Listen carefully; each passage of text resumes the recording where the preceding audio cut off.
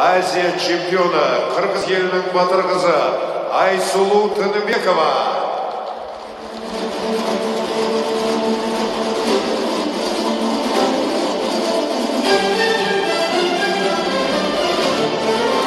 Құрметті ханымдар мен мырзалар, құрмет көрсетіп, орындарыңыздан тұруларыңызды өтінеміз.